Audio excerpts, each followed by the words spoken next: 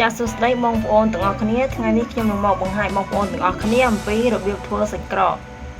ចាសសូមតាមដានទស្សនាទាំងអស់គ្នាចាសខ្ញុំមានសាច់ជ្រូកនេះកិនរួចហើយសាច់សុទ្ធចំនួន1គីឡូបន្ទាប់មកខ្លាញ់2ខាំ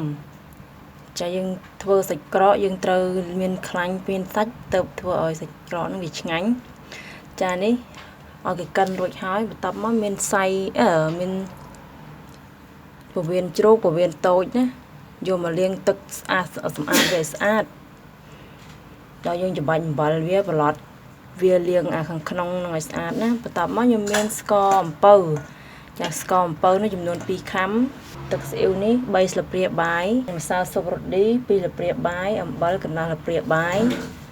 អានេះគឺម្សៅពណ៌ចាម្សៅពណ៌សម្រាប់ឲ្យវាមានពណ៌ក្រហមចំនួនចានេះ1ស្លាបព្រាបាយទេ1ស្លាបព្រាបាយកន្លះហើយមានប្រេងខ្យង2ស្លាបព្រាបាយហើយនឹងមានគ្រឿងបុកចាគ្រឿងបុកនេះគឺខ្ញុំអត់ដាក់ល្មៀតទេណាខ្ញុំដាក់តែស្លឹកគ្រៃស្លឹកក្រូចរំដេងហើយនឹងខ្ទឹមសចាឥឡូវធ្វើការច្របល់គ្រឿងចូលគ្នា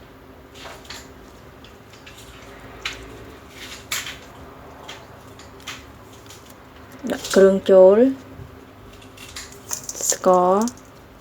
ចាស្ករខ្ញុំដាក់ច្រើនបន្តិចព្រោះថាយើងធ្វើសាច់ក្រកគឺវាត្រូវមានរសជាតិផ្អែម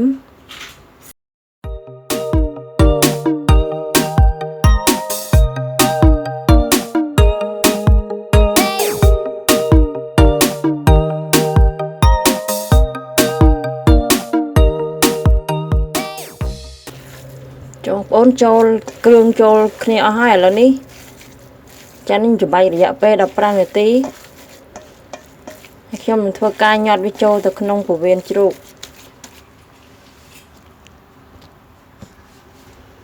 ចាបងប្អូនខ្ញុំប្រើ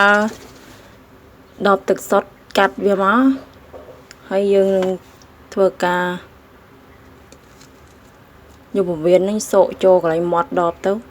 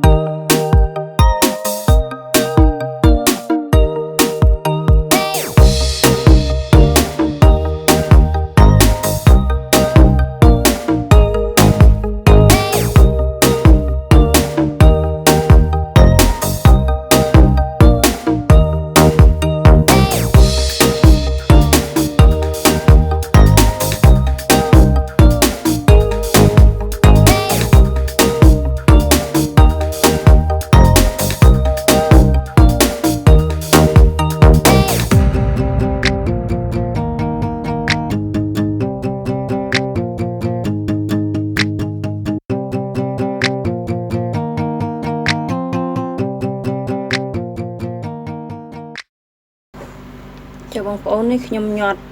ចូលពវៀនអស់ហើយចានេះខ្សែទុកសម្រាប់ចងខ្សែអំបោះតោះខ្ញុំច្បូតវាដើម្បីឲ្យវាស្មើ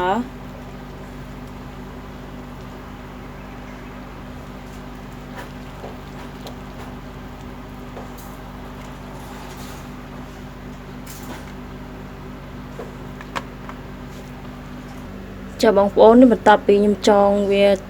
រួចហើយឥឡូវនេះខ្ញុំយកឈើចាក់ថ្មិញមកចាក់ឲ្យវាចេញខ្យល់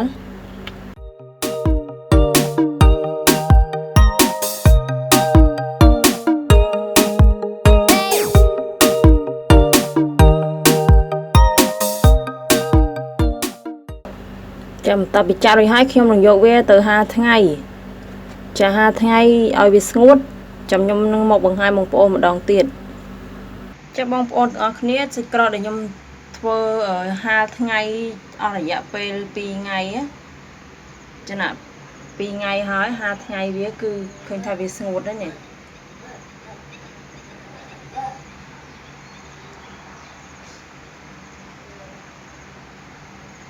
ចាសូមអរគុណបងប្អូនផងដែរដែលតាមដានទស្សនារាល់វីដេអូរបស់នាងខ្ញុំហើយកុំភ្លេចចុច Subscribe ផងណាដើម្បីទទួលបាននូវវីដេអូថ្មីៗបន្តទៀត